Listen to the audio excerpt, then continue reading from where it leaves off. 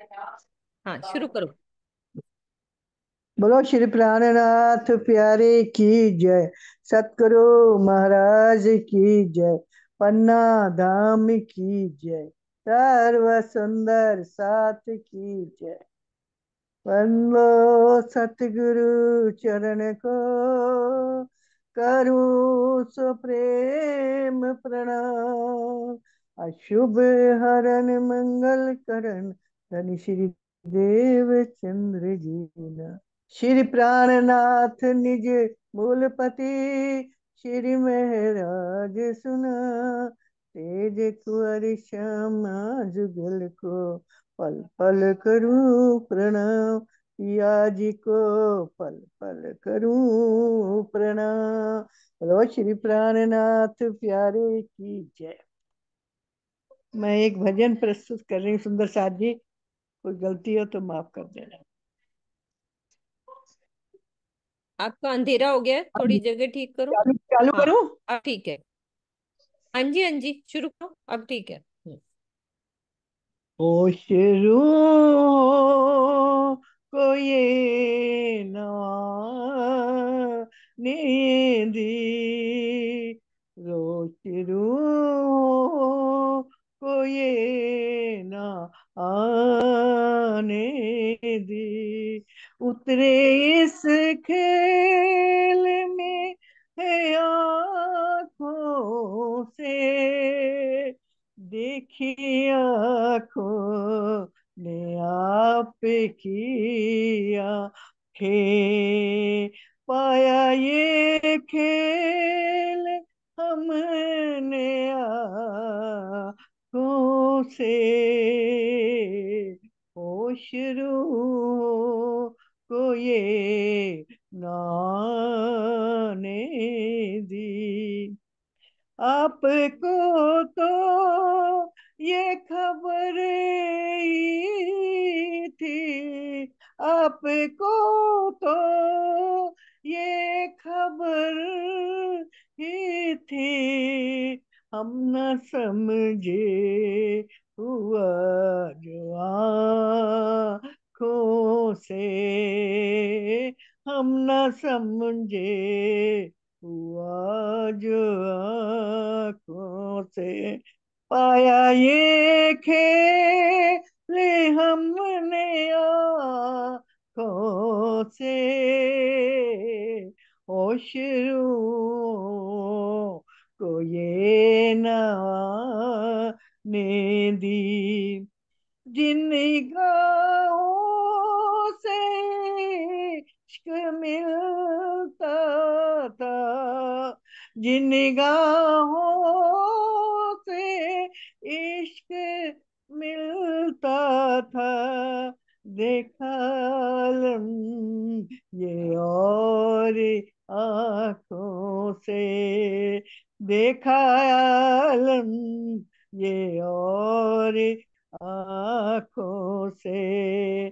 पाया ये खेल हमने आँखों से। ओ शुरू को ये ना ने दी। दिल में क्या ले लिया था ये तुमने, दिल में क्या ले लिया था ये तुमने, जो दिखाया हजूरी आंखों से, जो दिखाया हजूरी आंखों से। पाया ये खेल हमने आँखों से। ओ शुरू को ये ना ने दे।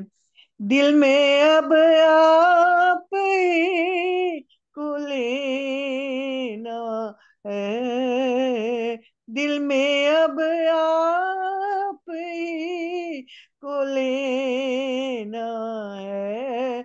बस हटा दो ये ख्वाब आँखों से बस हटा दो ये ख्वाब आँखों से, पाया ये खेल हमने आँखों से, होश रूहों को ये न आने दे। बोलो श्री प्राणनाथ प्रे की। राम जी, बहुत सुंदर भाव। ठीक है सुंदर साथ जी, चलते हैं हम अपनी प्रकाश हिंदुस्तानी प्रकरण नंबर। अभी सरोज दीदी हमारी आई हैं, पूछ लेती हूँ मैं उनसे। हाँ जी सरोज दीदी, प्रकरण नंबर बता दो फिर चले जाओ।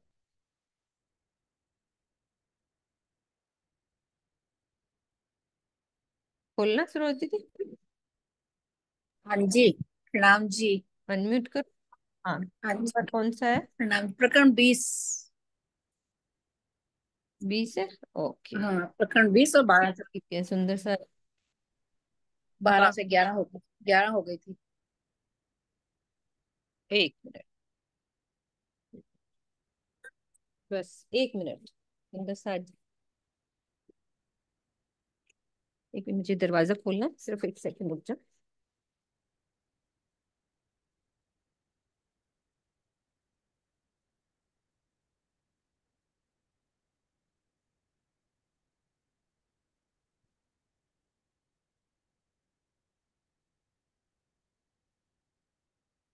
और न कोई बुद्ध मुझ जैसी, मैं ही बुद्ध अवतार, धाम धनी ग्रहूं इन विद, और अखंड करूं संसार।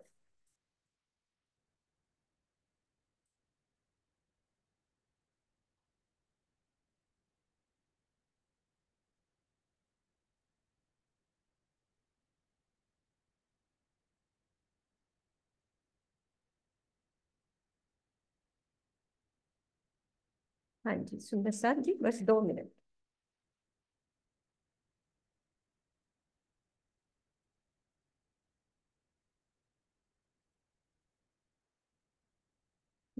बुद्धि कहती है कि इस संसार में मुझसे श्रेष्ठ अन्य कोई बुद्धि नहीं है, मुझे ही बुद्ध अवतार कहने की शोभा मिली है।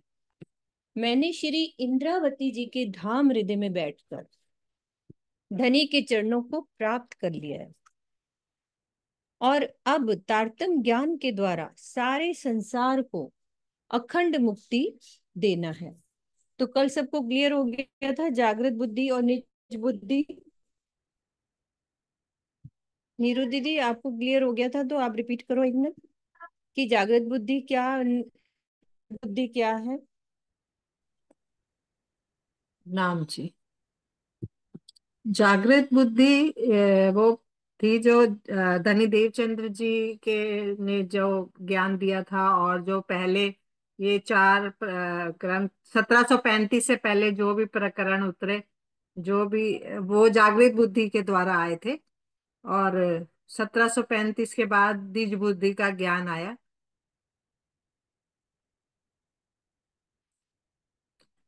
जो पहले का जितना भी ज्ञान था जागृत बुद्धि का ज्ञान कहा जाता है।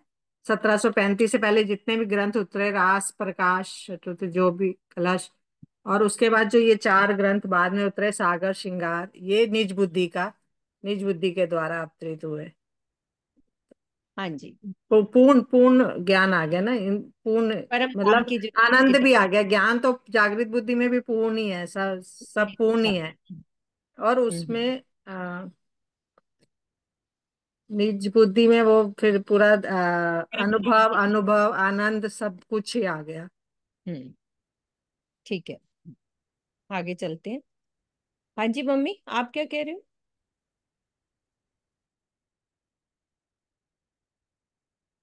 खोलो मम्मी, कुछ कह रहे हो तो खोलो। ये बुद्ध रही। नहीं, हाँ, हाँ अक्षर जागृत बुद्ध जो थी, जो अक्षर ब्रह्म में थी।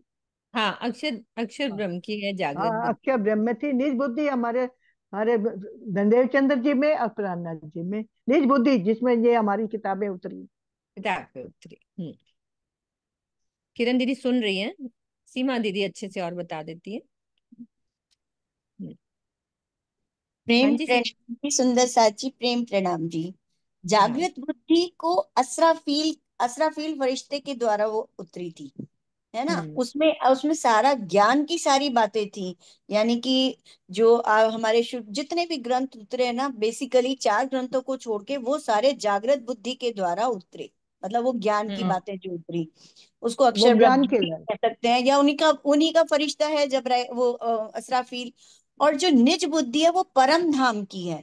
हाँ जो राज्य की निज की बुद्धि, यानी कि यहाँ की हमें कहिए परम धाम, 25 पक्ष परिक्रमा, यानी मार्फत साकार। स्वरूप की जो पहचान हुई ना, उनके अंदर के स्वरूप की, उनके शोभा श्रृंगार की, उनकी लीला की, उनके इश्क की, वादत की, और उनकी इश्क की, ये सारी बातें सिर्फ मार्फत के द्वारा खुल पाई। और मार्फत की वो जो बुद्धि मिली वो हमें निज बुद्धि से प्राप्त की। बिल्कुल।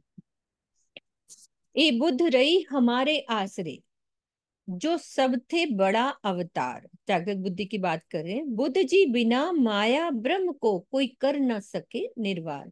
श्री इंद्रावती जी क्या कह रही हैं कि जो जागृत बुद्धि थी मेरे आश्रय में रही, जिसके फलस्वरूप इसे सबसे बड़े अवतार के रूप में शोभा प्राप्त हुई है। इस बुद्ध अवतार के बिना आज तक किसी ने भी माया और ब्रह्म के स्वरूप का यथार्थ निरूपण नहीं किया। जागृत बुद्धि के अवतार किसी ने भी नहीं किया माया और ब्रह्म का यथार्थ निरूपण। कुछ कुछ बातें करी हैं, लेकिन अच्छे तरीके से जो निरूपण हुआ है वो जागृत बुद्धि के द्वारा हुआ है।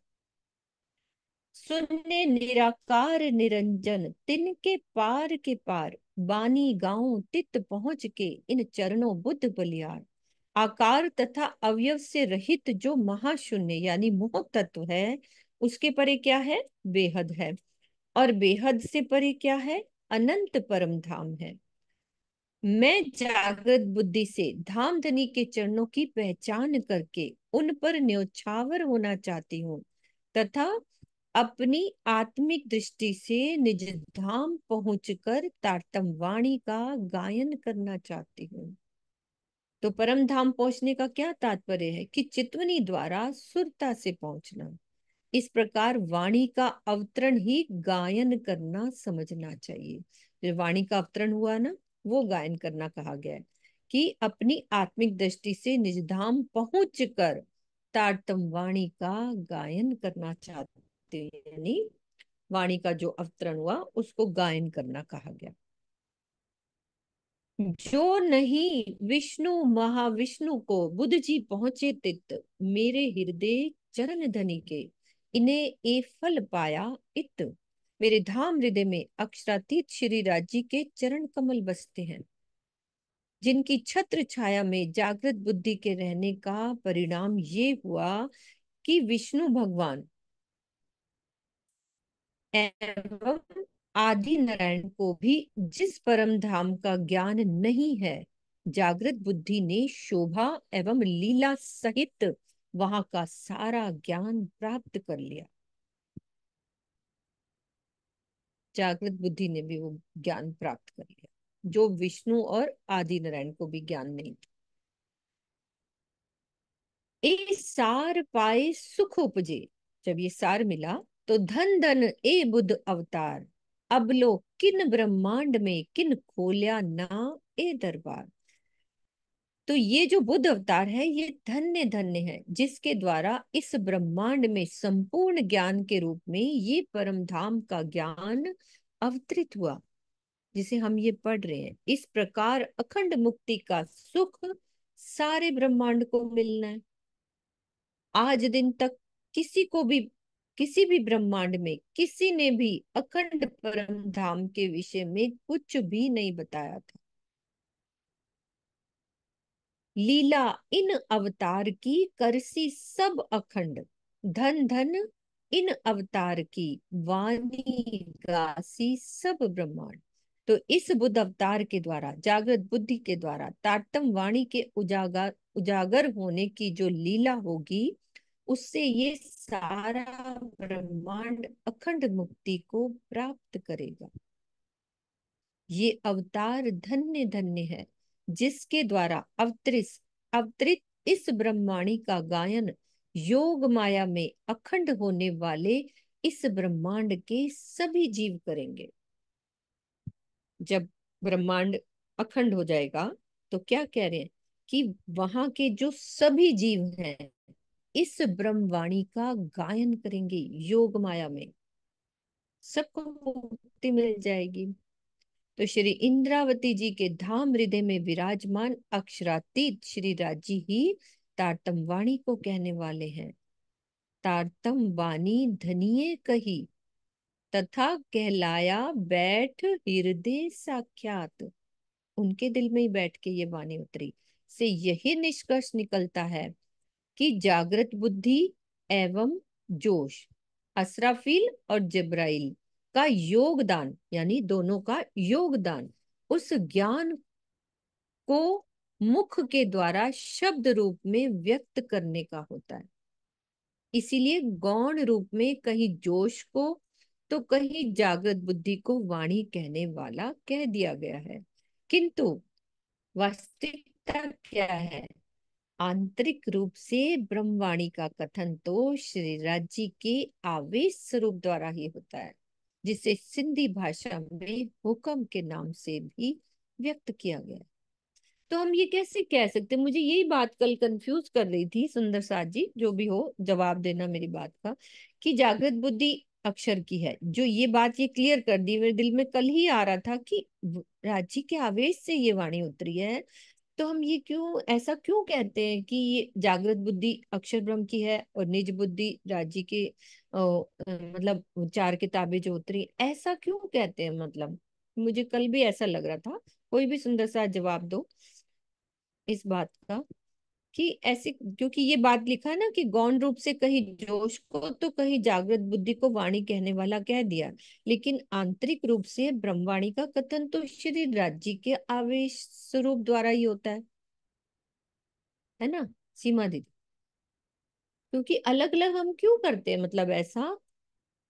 प्रणाम जी सुंदर साथ जी। ऐसा इसलिए है क्योंकि जो अक्षर ब्रह्म भी तो राज्य का ही एक तरह से उन्हीं का ही दूसरा स्वरूप है। कहते हैं ना स्वरूप एक स्वरूप एक है, लीला दो, है ना, है तो वही, हम्म। पर उनको भी मार्फत की पहचान उनको भी नहीं थी। इसी तरह श्यामा जी आनंद अंग है तो उन्हीं का ही अंग, लेकिन मार्फत की ये तो पहचान पता उन्हें है, भी नहीं थी लेकिन वहां तो। वाणी तो राज्य के आवेश से उतरी है। राज्य के आवेश और जोश दोनों से उतरी है, इसीलिए उसमें जो जागृत बुद्धि है उसको हम मान लेते हैं कि असराफील फरिश्ते से आई है। और वो मार्फत की जो बातें हैं ना, जो उनको भी नहीं पता थी, जिसके लिए उन्होंने इंतजार किया, जो हमने कल पढ़ा कि कितने साल हाँ, उन्होंने वो इंतजार किया right. कि वो अंदर की मार्फत की जो पहचान है वो हमें उन्हें भी हो जाए। इसी तरह से जैसे श्यामा जी को यानी आनंद अंग जो थे ब्रह्म सृष्टि और श्यामा जी, उनको उनकी लीला नहीं पता थी, सतंग की लीला। तो वो दोनों लीलों का एकीकरण ये नूर सागर यानी कि हमें तारतम वाणी से उन्होंने पूरा का पूरा खोल के अपने पूरे भेद दे दिए।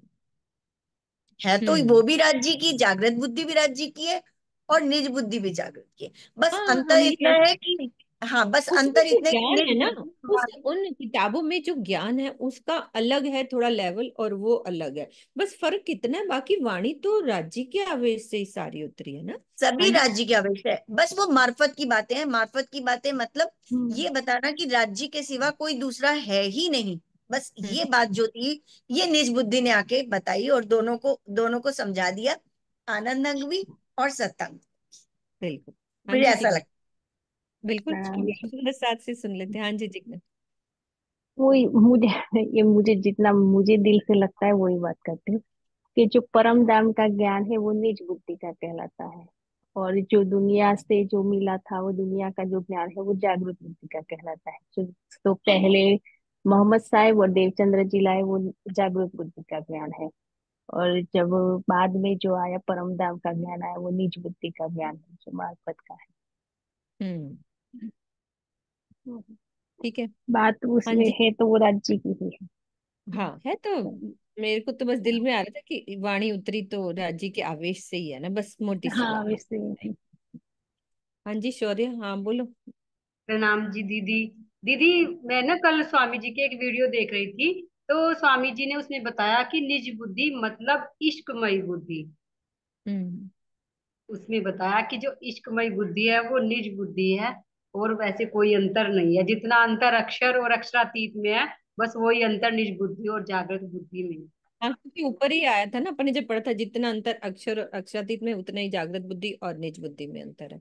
पर यहाँ क्लियर कर दिया कि ये तो एक कहीं जोश की बात कर देते हैं, कहीं उसकी अभी अपन ने पढ़ा ना, जैसे स्वामी जी ने भावार्थ में कहा कि ये वाला, दोबारा से मैं पढ़ लेती हूँ ये वाला भावार्थ, कि श्री इंद्रावती जी के धाम हृदय में विराजमान अक्षरातीत श्री राज्य ही तारतम वाणी को कहने वाले हैं। क्योंकि ये देखो चौपाई आई है, तारतम बानी धनिये कई, तथा कहलाया बैठ हृदय साक्षात, से यही निष्कर्ष निकलता है कि जागृत बुद्ध एवं जोश यानी कि असराफील और जब्राइल का योगदान उस ज्ञान को मुख के द्वारा शब्द रूप में व्यक्त करने का होता है। इसीलिए गौण रूप में यानी कि उस रूप में कहीं जोश को तो कहीं जागृत बुद्धि को वाणी कहने वाला कह दिया जाता है। किंतु आंतरिक रूप से यदि हम उसकी गहराई से बात सोचें तो ब्रह्मवाणी का कथन तो श्री राज्य के आवेश द्वारा ही होता है, जिसे सिंधी भाषा में हुक्म के नाम से व्यक्त किया गया है।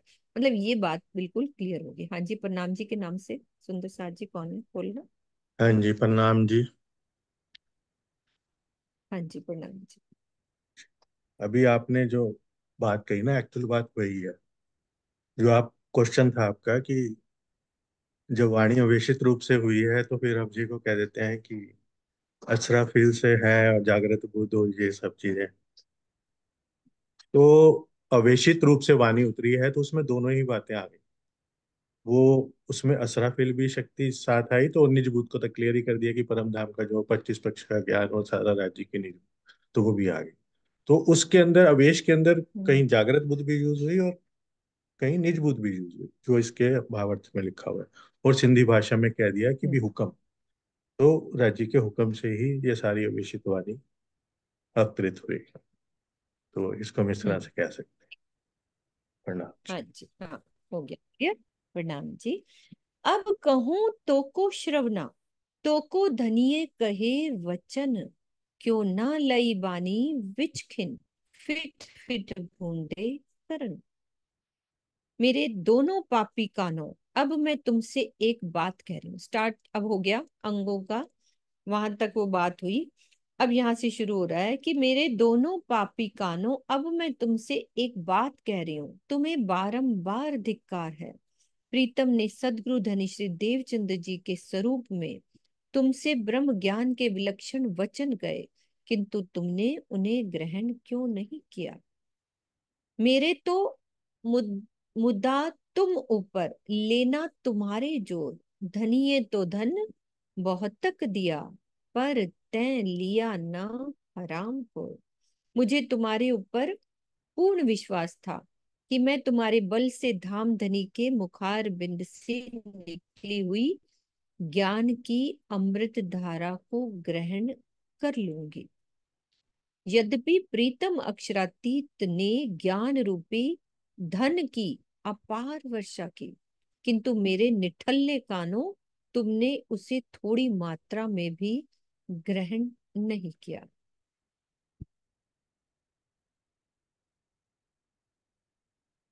हरामखोरी का अर्थ होता है कि बिना परिश्रम किए खाना। कानों का गुण होता है श्रवण करना।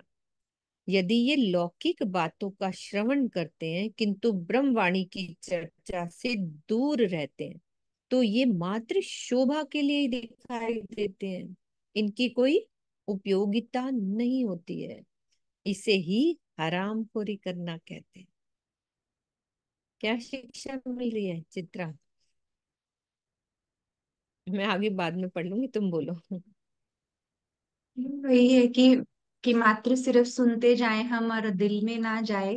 अंदर के कानों से सुने ना तो ही रूह के कानों से सुनना कहलाएगा ना। तो मात्र सिर्फ सुनते जाएं और अंदर ना लेके जाएं। तो हमें ही कहा है, हमें ही सिखापन दिया है इंद्रावती जी ने कि हमारे कानों के लिए एक तरह से बहुत डिमीन करती हुई बात है कि हराम खोरी तक कह दिया कि परिश्रम करना नहीं बिल्कुल भी, और श्रवणों से सिर्फ सुनना है और ऊपर ऊपर से आनंद लेना है। कि जो असल लज्जत है, जो धनी कहना चाहते हैं, जो मतलब सिर्फ लौकिक बातों तक नहीं रहे, जो अंदर तक ब्रह्म ज्ञान का जाना है, उसके लिए रूह को प्रेरित किया जा रहा है कि ऐसे कान किस काम के। जैसे कोई बच्चा कहना नहीं मानता है, बार बार उसको कहते हैं ना। बचपन में मैं अपने बेटे को बोलती थी कि आपके कान ना डेकोरेशन के लिए हैं, आप मम्मा की बात नहीं सुनते हो। तो मुझे एकदम से ना वो बात याद आ गई कि सच में मतलब यही बात है कि सुन, मतलब धनी कह रहे हैं कि कितना तो ब्रह्म ज्ञान हर तरफ से फैला रहा हूँ विद विद से। तो अगर सुनाई नहीं दे रहा तो मानो हमारे कानों को क्या उपमा दी है राजी ने, ये सोचना है अब। मतलब यदि हम दूसरी बातों के लिए कान खुले रखते हैं तो समझो हराम खोरी कर रहे हैं। मोटी सी बात। हम्म। दुनिया की हम्म। बातों को जब हम श्रवण करते हैं तो हमें रोज अब ये बात खटकनी चाहिए कि हम हराम खोरी कर रहे हैं। बिल्कुल। कितना मतलब शब्द होता है ना, एक तरह से गाली होती है, ये सब बोलते हैं ना कि राजी ने हमें कितनी फटकार लगाई है। ये उनके लिए थोड़ी ना, ये सब हमारे लिए सब बात है। तो हम्म। इस चौपाई में ये बात मुख्य रूप से दर्शाई गई है कि अध्यात्म के स्वर्णिम पथ पर पहला कदम होता है आध्यात्मिक ज्ञान का श्रवण करना। हम सब सुंदर साथ बैठे हैं ना, कर रहे हैं ना। तो क्या आती है चर्चा, सुन जो दिन ने रात, आपण ने त्रूठा प्राणनाथ।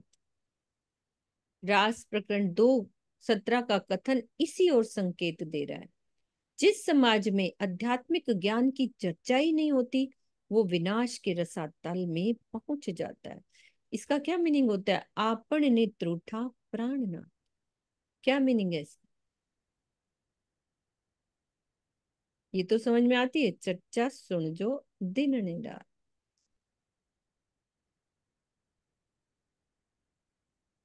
मुझे नहीं बोलो सुंदर पता। साथ, सुंदर साथ जी, राज दीदी, विजय दीदी। हाँ जी, विजय दीदी को खोल दो चित्रा, तुम्हारे पास को होस्ट है ना।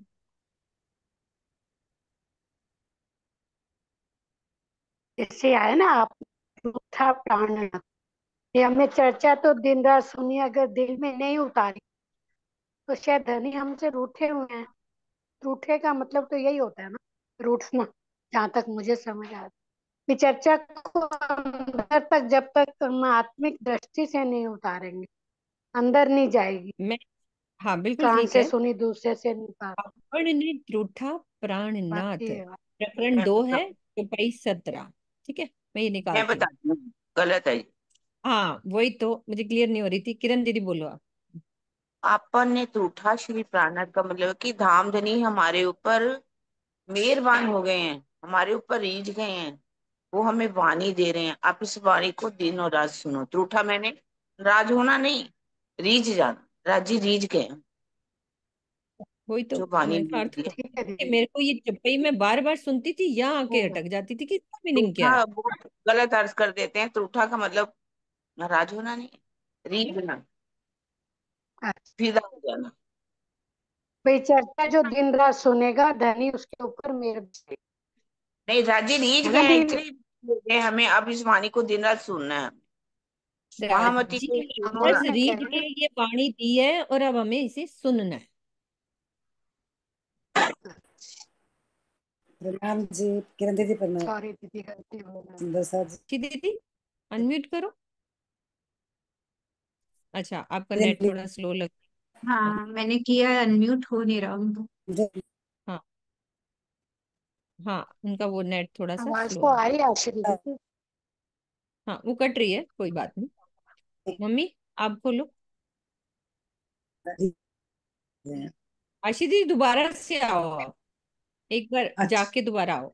नहीं मेरा मतलब रूठा का मतलब है हमारे ऊपर खुश हो गया है। प्राण, अगर हम वाणी सुनेंगे, दिन रात सुनेंगे, तो राज्य महाराज हमारे प्राणनाथ जी खुश रहेंगे। मैं तो ये समझती हूँ। और अच्छा, जो एक किरण सेकंड रह रुको, है ना, ये निकाल लेती हूँ। रास में किरण दीदी ने जो कहा हमें समझ में आ गया, है ना। अ, किरण दीदी ने सही कहा है। प्रकरण 2 कि रास खुश। की। मैं खोल रही हूँ, एक सेकंड। हम्म,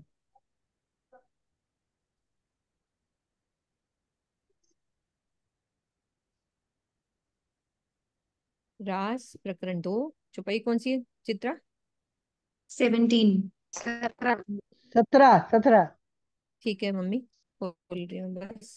खुल गया। 12, 14, 15, 16। हाँ, एक सेकंड बस शेयर कर रही हूँ सुंदर साथ जी।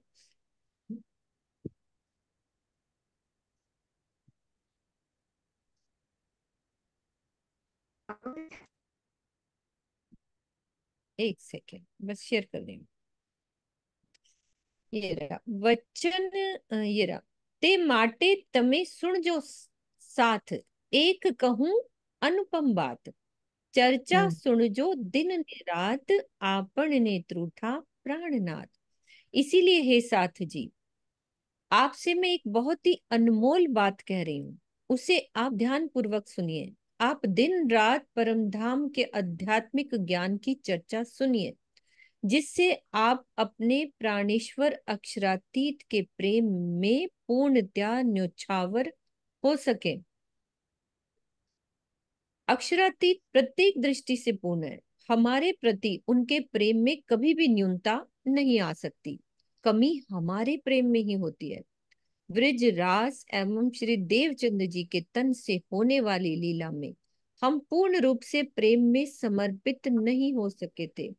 इसीलिए तारतम वाणी के प्रकाश में प्रीतम के ऊपर पूर्ण रूप से निछावर होने का यही स्वर्णिम समय है। इसके लिए तारतम वाणी की चर्चा हमारी अनिवार्य आवश्यकता होनी चाहिए, कि अपने प्राणेश्वर अक्षरातीत के प्रेम में पूर्णतया न्यौछावर हो सके। जब हम ये चर्चा ज्ञान सुनेंगे तो पूर्णतया सुनेंगे न्यौछावर, और है खुश ना। त्रुठा रहेगा, खुश होंगे हमारे ऊपर। बिल्कुल। ठीक है, चलते हैं अब आगे, लेते हैं चुप्पी। म्यूट कर दो जिनका भी खुला है ना, पीछे से आवाज आ रही। अब अपना तू संभार श्रवना, हो विचखिन वीर। बानी जो वल्लभ की, सो लीजो दृढ़ कर धीर। एक एक चौपाई सुंदर साथ जी हमारी रहनी की है, तो अच्छे से हम सुनेंगे। मेरे कानों, अब तुम अपने उत्तरदायित्व का पालन करो, एक विलक्षण वीर की तरह। तुम धीरता पूर्वक प्रीतम अक्षरातीत की अमृतमयी वाणी को ग्रहण करो। हमारे कानों को कह रहे हैं कि अब तू अपने उत्तरदायित्व का पालन करो, एक विलक्षण वीर की तरह। तुम धीरता पूर्वक प्रीतम अक्षरातीत की अमृतमयी वाणी को ग्रहण करो। विलक्षण वीर कौन होता है? और इसका करो, विलक्षण वीर क्या करता है?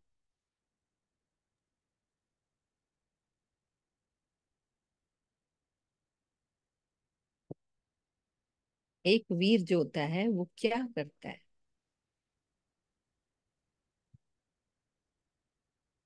मतलब अपने काम पे लग जाओ, उत्तरदायित्व का पालन करो और ब्रह्म ज्ञान की चर्चा का श्रवण करो, और फिर उसमें अपने प्रियतम की अमृतमयी वाणी को जब ग्रहण करेंगे तो फिर आगे बढ़ने का, कहते हैं ना, पहली सीढ़ी ऊपर की चौपाई में लिखा ना कि सुनना ही है, तो सुनने के बाद ही फिर अंदर दृढ़ता आएगी, फिर धैर्य आएगा, समर्पण तो फिर धीरे धीरे आएगा ना। तो कहते कि अब अपने उत्तरदायित्व का पालन करो, और वीर का मतलब कि यही होगा कि माया की बातें, लौकिक बातें ना सुन के एक सिर्फ एक और उदाहरण सिर्फ अपने दिया है उन्होंने, प्रियतम की एक तरफ सैनिक में जो खड़े हो वीर जाओ। होता है ना, एक उदाहरण ही दिया ना उन्होंने। वीर क्या करता है, जिस जो एक युद्ध का वीर होता है वो कैसे जीतता है ना। उसके कितनी धीरता पूर्वक वो कैसे उस चीज को लेता है। तो एक वीर कह दिया ना, विलक्षण वीर। मेरे को शब्द नहीं आ रहे वो कहने, कि वीर का काम क्या होता है, धीरता खड़े हो पूर्वक। जाओ, माया के अगेंस्ट खड़े हो जाओ, अब लौकिक हाँ, बातें नहीं सुननी, सिर्फ ब्रह्म ज्ञान सुनना है और अपने उत्तरदायित्व का पालन करना है, पालन। वीर बन के। हाँ, यही लग रहा बिल्कुल। श्रवणा कहे सुने मैं नीके, विद विद के वचन, पूरी पीयू ने आस हमारी, उपजो आनंद घन। हाँ जी, प्रणाम जी, अनम्यूट करो। प्रणाम जी। जहां तक मुझे समझ आ रहा है, इसमें विलक्षण वीर का मतलब ये है कि जैसे आपका लक्ष्य, एक वीर का जो लक्ष्य है ना, कहीं और नहीं होना चाहिए। कानों को वो लक्ष्य होना चाहिए कि सिर्फ धनी की वाणी को सुनो, एक बिना किसी और तरफ ध्यान दिए और अपने लक्ष्य तक पहुंचो। एक वीर का क्या होता है कि अपने लक्ष्य तक को भेदना है। अब वो कानों को कह रहे हैं कि अपने लक्ष्य को क्या है। और त्रूठा का मतलब यही है कि धनी ने हम पर मेहर करी है, पढ़ के हमने नहीं रिझाना, उन्होंने हम में मेहर करी, तुमसे त्रूठा प्राण ना। धनी ने हम पर मेहर करी, ये जो वाणी है, इसलिए इसकी चर्चा को सुनो दिन रात। और इसमें यह है कि हमारा लक्ष्य, कानों का लक्ष्य सिर्फ होनी चाहिए वाणी जो वल्लभ की सो ली, जो दृढ़ कर दी, दृढ़ करके अपने शरणों में लो। इस अमृत वाणी को ग्रहण करो। प्रणाम जी। प्रणाम जी। श्रवणा कहे सुने मैं नीके, विद विद के वचन, पूरी पीयू ने आस हमारी, उपजो आनंद घन। प्रत्युत्तर में अब कान क्या कहते हैं कि हमने धामधनी के मुख से अखंड ब्रिज रास एवं परमधाम की मनोरम चर्चा का श्रवण किया है। हमारे अंदर तारतम ज्ञान को सुनने की जो इच्छा थी, उसे प्रीतम ने अच्छी तरह से पूर्ण किया है, और अब हम बहुत ही अधिक आनंद में हैं। ये कान का उत्तर है कि उनको मिल गया है तो अब वो आनंद में है। अब वचन लेऊं सब सार के, यो भी कही श्रवण। और भी श्रवण क्या कह रहे हैं कि अब वचन लेऊं सब सार के, भी यूं कहे श्रवण, इन बिद बानी ग्रहूं मैं प्यारी, जो सब कोई कहे धन धन। दोनों कान इस प्रकार भी कहते हैं कि संपूर्ण ज्ञान के सार रूप प्रीतम के वचनों को हम अवश्य ग्रहण करते रहेंगे। मतलब अब उनको एक बारी फिटकार लगा दी, अब कहते कि नहीं नहीं, अब मैं ऐसे करूंगा। तो इस प्रकार परमधाम की अति प्रिय लगने वाली ब्रह्मवाणी को हम ग्रहण करेंगे, जिससे प्रत्येक व्यक्ति हमें धन्य धन्य कहे। मंजूर है ना सुंदर साथ जी, हमारे कानों की बात, वो हमें जवाब दे रहे हैं। बेसुध नींद कहूं मैं तो को, अब नींद की बात हो रही है। अभी कान की बात होगी, उन्होंने अच्छा जवाब दे दिया कि अब हम आपके हैं। तू निठुर नीच निर्धार, हुई तू सब गुण के आड़े, ना लेने दई निद आधार। श्री इंद्रावती जी कहती हैं, सबको बेसुध करने वाली निद्रा, मैं तुमसे एक कटु सत्य कह रही हूं। निश्चय ही तू निष्ठुर और पापिनी है। तू ही मेरे जीव के उच्च गुणों को प्रकट नहीं होने देती और उनकी राह में दीवार बनकर खड़ी हो जाती है। ब्रह्मवाणी मेरे जीवन का आधार है, किंतु तुमने मुझे अपने जाल में फंसाकर उसे ग्रहण ही नहीं करने दिया। तू तो माया रूप पापनी, ते डिबोई डबोई लेकर बात, ते श्रावणा को सुनने ना दिया। दोनों का अब बात कह रही हैं। आलस जमाई तेरे साथ, रे पापनी तू तो प्रत्यक्ष रूप से माया का ही स्वरूप है। तूने मेरे जीव के तन से लिपट कर उसे भव सागर में ही डुबो दिया।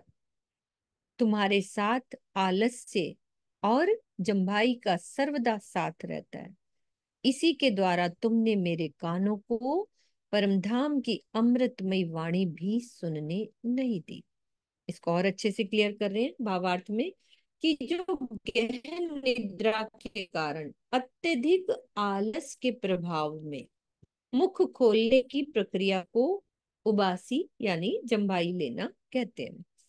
तमोगुण की अधिकता से क्या होता है, आलस्य भी आता है और निद्रा में वृद्धि होती है। ये तो हमने देखा ही होगा कि ये महसूस किया हुआ है हमने। तमोगुण से ग्रस्त व्यक्ति या समाज अध्यात्म के पथ पर नहीं चल सकता। वो अपना विवेक खोकर पुरुषार्थ से दूर हो जाता है, जिससे वो अपने विनाश को निमंत्रण देता है। तो हमें ये हावी नहीं होने देना अपने ऊपर तमोगुण। अनेक अंधेर दई तै जीव को, जो मीन बांधे माहे जाल। जिन नैनो निध निरखो निर्मल, तिन नैनो आड़ी भई पाल। अनेक अंधेर दई तय जीव को, जिस प्रकार मछली शिकारी के द्वारा डाले गए जाल में फंस जाती है, जो मीन बांधे माए जाल, उसी प्रकार तुमने भी जीव को अनेक प्रकार की अज्ञानता के जाल में फंसा रखा है। अपनी जिस पवित्र अंतर्दृष्टि से मैं अपने प्राण धन अक्षरातीत को देख सकती थी, उनके दर्शन से मेरे आत्मिक नेत्रों के समक्ष तो दीवार बन गई।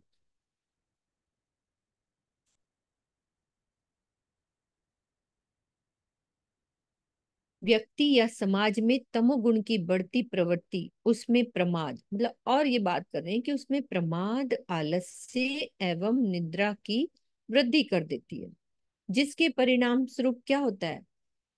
चितवनी और साक्षात्कार जैसे शब्द काल्पनिक तथा असंभव से लगने लगते हैं। दुर्भाग्यवश हमारा समाज इसी रोग से ग्रसित दिखाई दे रहा है। इसी वजह से ही तो है प्रमाद, आलस्य और निद्रा।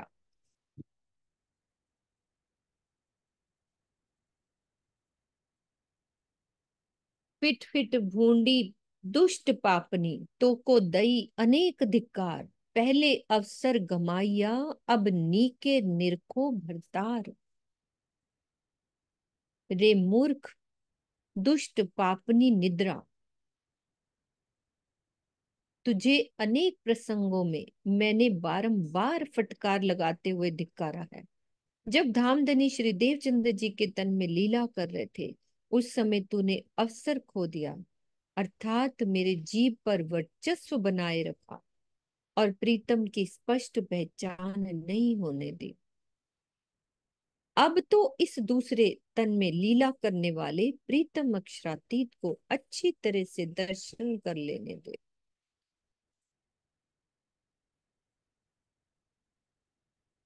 तू करत मृतक समान, निंद्रा क्या करती है?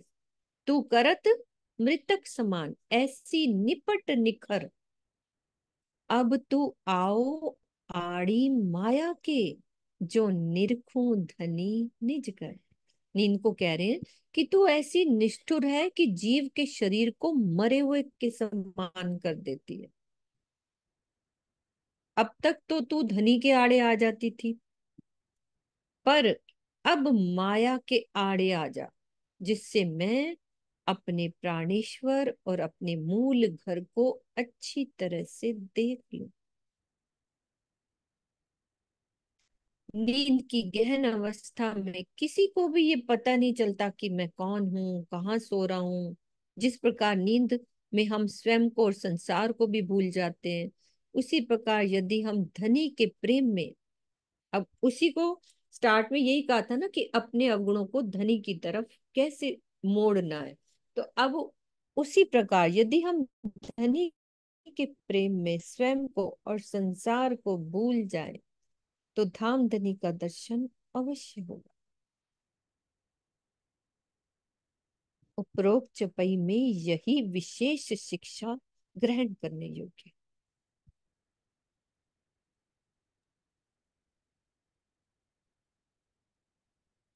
अब नींद क्या जवाब दे रही है कि नींद कहे आत्म जब जागी, तब क्यों रहो मैं जाए। नींद कहे मैं जात हूं, लागू तुम्हारे पाए। कहाँ से आएगी नींद? नहीं आएगी नींद, वो भाग जाएगी। निद्रा क्या कहती है कि तारतम वाणी के प्रकाश में प्रेम की राह अपनाकर जब आत्मा ही जागृत हो गई, तो मैं जीव के शरीर में रहकर क्या करूंगी? अब तो मैं आपके चरणों में प्रणाम करके आपसे बहुत दूर जा रही हूँ। ऐसा नहीं समझना चाहिए कि आत्मा के जागृत हो जाने पर नींद आती ही नहीं है। ऐसा नहीं है। वस्तुतः नींद तो आती है, किंतु अज्ञान रूपी नींद से भी है। ऊपर मेरे दिल में बात आ रही थी कि खाली ये सोने वाली नींद नहीं, अज्ञान रूपी नींद भी है। दोनों की बात है। अब किसकी बात हो रही है? अब आई तू अरुचड़ी, जब मिले मोहे श्री राज, ऐसी अंधी अकर्मन तू सरजी किस काज। अब अरुचि किसको कहते हैं? अरुचि यानी हमारी इच्छा नहीं होती, जिसको कहते हैं ना अरुचि। इंद्रावती जी कहती हैं कि विवेक दृष्टि से रहित एवं निष्क्रिय अरुचि। अब ऐसे समय में तू मेरे पास आई है, जब मुझे प्राण प्रीतम श्री राज्य मिल गए हैं। ये तो बताओ कि तू पैदा ही किसी लिए हुई? कितनी प्यारी। तू सरजी किस काज। ये सर्वमान्य तथ्य है कि इस संसार में कोई भी व्यक्ति इच्छा से रहित नहीं हो सकता। सबकी इच्छाएं होती, कैसी भी हो। वो इच्छा चाहे संसार की हो या परब्रह्म को पाने की। तो अरुचि का क्या तात्पर्य है? कि किसी वस्तु की इच्छा ना होना, नकारात्मक विचारों की प्रबलता एवं तमोगुण की अधिकता से प्रीतम के दर्शन के प्रति अरुचि बनी रहती। यानी हम कह देते हैं ना, किंतु यदि यही अरुचि माया के प्रति बन जाए, अर्थात मायावी सुखों की नाम मात्र भी इच्छा ना हो, केवल धाम धनी के दर्शन, प्रेम और वार्तालाप की इच्छा हो जाए, तो क्या होगा? जीवन में आनंद का झरना बहने लगता है। श्री इंद्रावती जी के उल्हाने के रूप में अरुचि से कहते हैं कि जब मैंने हफ्से में धामधनी को पा लिया, तो अब मेरे पास क्यों आई है? पहले तूने मुझे राज्य से दूर किए रखा, और माया यानी कि राज्य के मंत्री सचिव पद पर वो नियुक्त थे ना, उस कार्य में लगे हुए थे, तो वो कह रहे हैं कि मुझे इस कार्य में लगाए रखा। यदि तू पहले ही संसार से मेरा ध्यान हटा देती और धनी के प्रति लगा देती, तो मैं संभवतः बहुत पहले अपने प्राणेश्वर को पा सकती थी।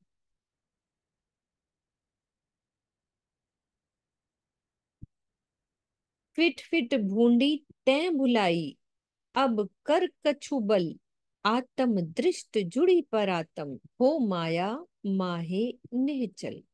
पापनी अरुचि, तुझे बार बार धिक्कार है। तूने प्रीतम के प्रति ही मेरे मन में अनिच्छा बनाए रखी। अब तो तू कुछ बल कर। अब प्रीतम की छत्र छाया में मेरी आत्मिक दृष्टि अपनी परात्म को देखने लगी है। अब मैं यही चाहती हूँ कि तू माया में हमेशा के लिए चली जा, और कभी भी मेरे और धनी के बीच में ना आना।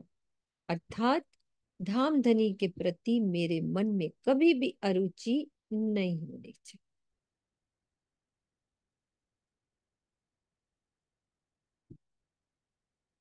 अब अरुचि क्या कह रही है?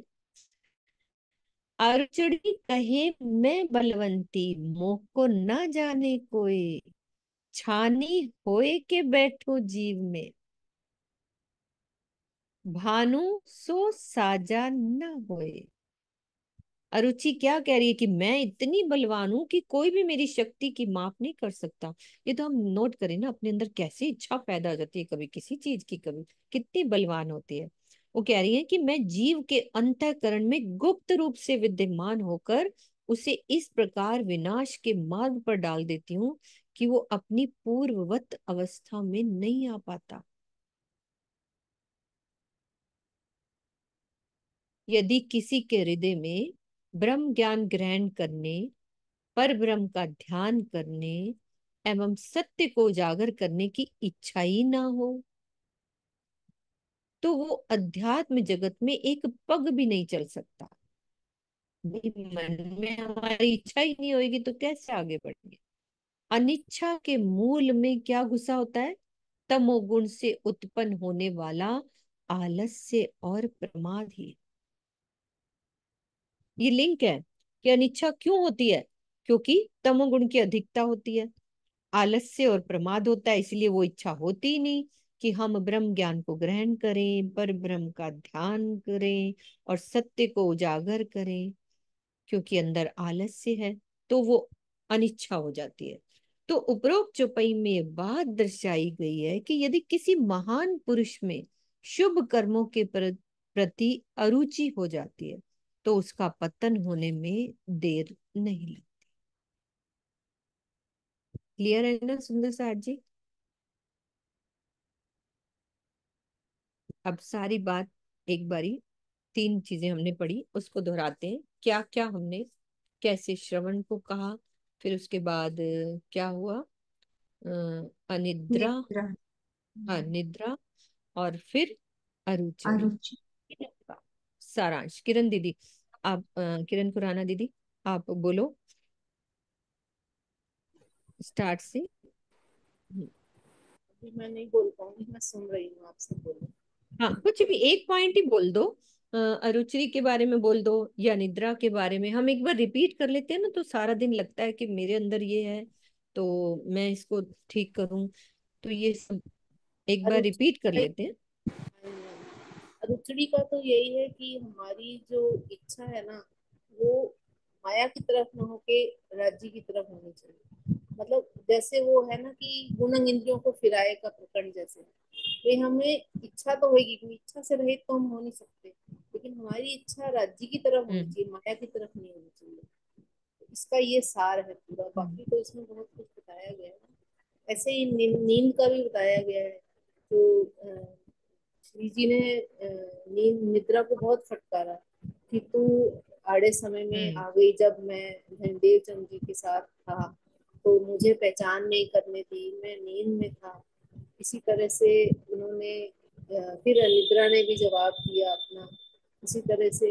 और कानों को भी उन्होंने फटकारा कि तू ब्रह्म ज्ञान को सुनने दे। और हम हमारे कान तभी वो है, धन्य है जब हम सिर्फ ब्रह्म ज्ञान सुने और माया की बात ना सुने। लेकिन ऐसा हो नहीं सकता। लेकिन ज्यादा कोशिश यही करनी चाहिए कि हम ज्यादा से ज्यादा अपने कानों में वही शब्द सुनाएं जो हमें ब्रह्म ज्ञान मिले, हम राज्य की तरफ जाएं। बस शॉर्ट में, बाकी तो आप सब लोग बताएं। हाँ जी, हाँ सुनीता दीदी बोलती हैं, बाकी जो रह गया सुनीता दीदी अच्छे से आप क्लियर कर दो। मैंने पूरा तो नहीं सुना पर थोड़ा बहुत शॉर्ट में मैं जितना सुना हम्म कि सबसे पहले वो कानों के लिए बोल रहे हैं श्रवण अंग। श्रवण अंग सबसे प्रधान बोले गए हैं वाणी में, श्रृंगार में आता है इनका वर्णन कि सब इनके तले हैं। तो श्रवण अंगों की शोभा का इतना वर्णन किया हुआ है। जब धनी के अंगों का वर्णन आता है तो यहाँ पे ही वो श्रवण अंगों के बारे में दिखा रही है कि तू खाली लौकिक बातों में तेरे कान इतने, मतलब जैसे हम लोग कहते हैं ना कान खड़े हो जाते हैं, हमें लौकिक बातों में हम्म कितनी रुचि आती है। तो वो कह हम्म रहे हैं कि लौकिक बातों में रुचि रखने वाले कान तुझे धिक्कार है। हरामखोर भी बोला उनको कि तुझे ये खाली शरीर की शोभा के लिए नहीं मिले, किस लिए मिले हैं? हम्म तू इन कानों को धनी की वाणी सुनने में लगा, धनी के शोभा श्रृंगार में की शोभा में डूबने का प्रयास कर। मतलब वो चर्चा वाणी सुनने में लगा, सहूर करने में लगा, दूसरों जैसे जो कोई तुम्हें सुना रहा है तुम उनकी बातों को सुनो। तो इन बातों पर अगर तुम्हें आध्यात्मिक पद पे आगे बढ़ना है तो श्रवण अंग तुझे तो मतलब मेरा साथ देना ही होगा। और दूसरा हम्म निंद्रा के बारे में कि निंद्रा को पापनी बोला कि ये निंद्रा तू बहुत पापनी है, तूने मेरा साथ अब क्यों आई है मेरे पास? कह रहे हैं कि निंद्रा तू तब आती ना मेरे पास। ने ये अरुचि के लिए शायद बोला था, है ना, अरुचि के लिए कि अब क्यों आई है मेरे पास।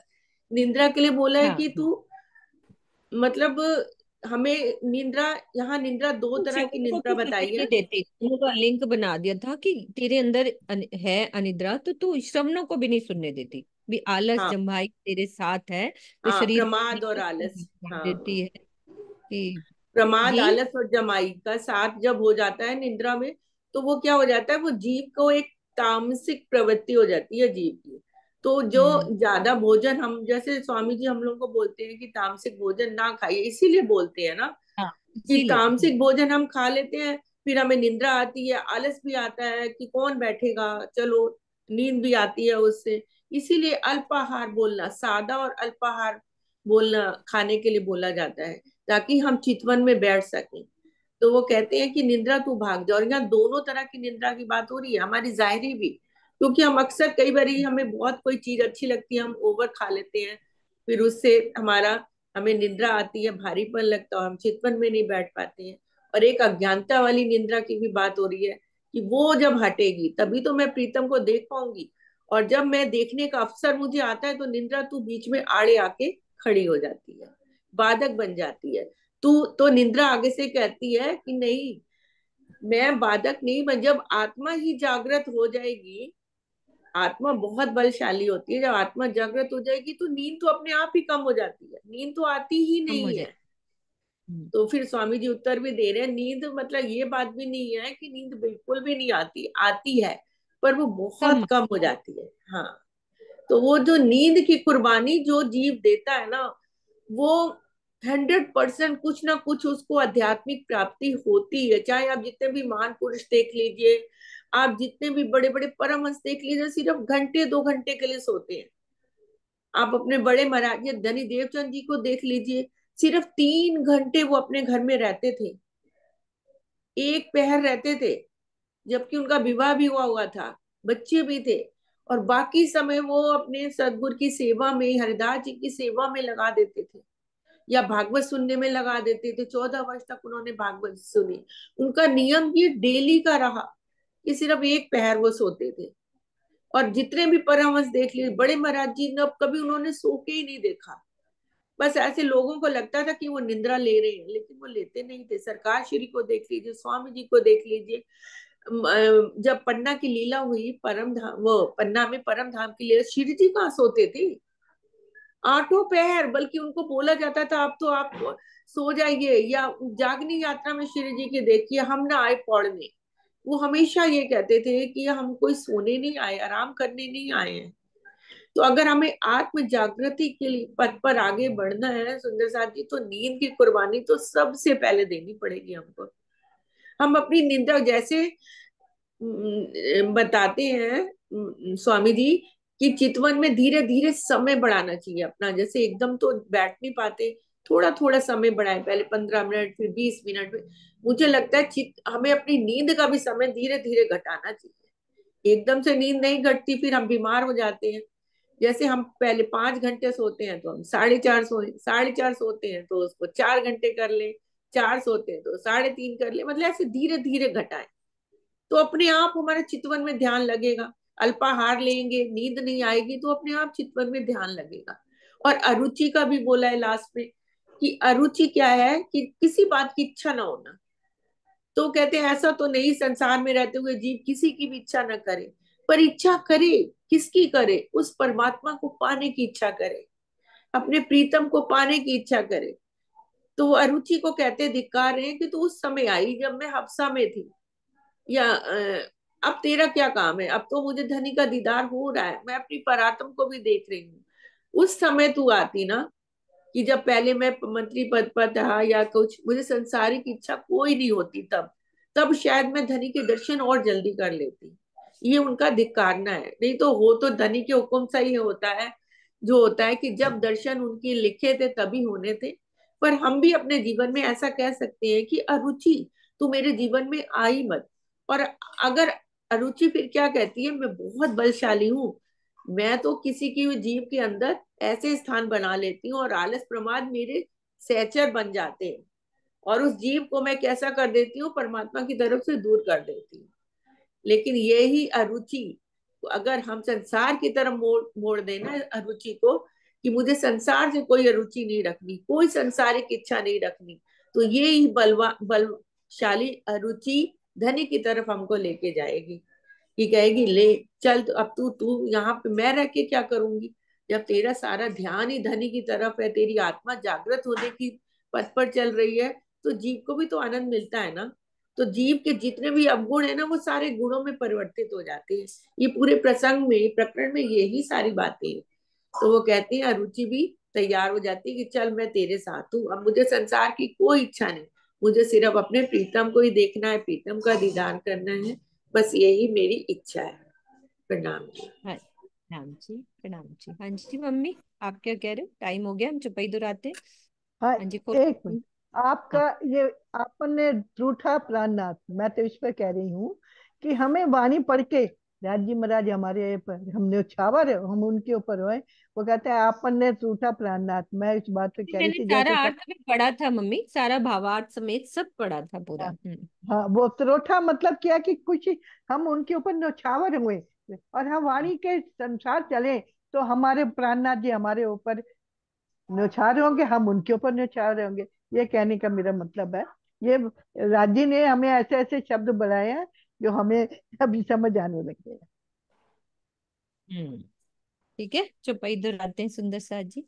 हाँ जी। अरुचड़ी कहे मैं बलवंती, मुको न जाने कोई, छानी होए के बैठू जीव में, भानु सो साजा न होए, भानु सो साजा न होए। बोलो श्री प्राणनाथ प्यारे प्राणनाथ की, प्यारे की जय। सतगुरु महाराज की जय, पन्ना धाम की।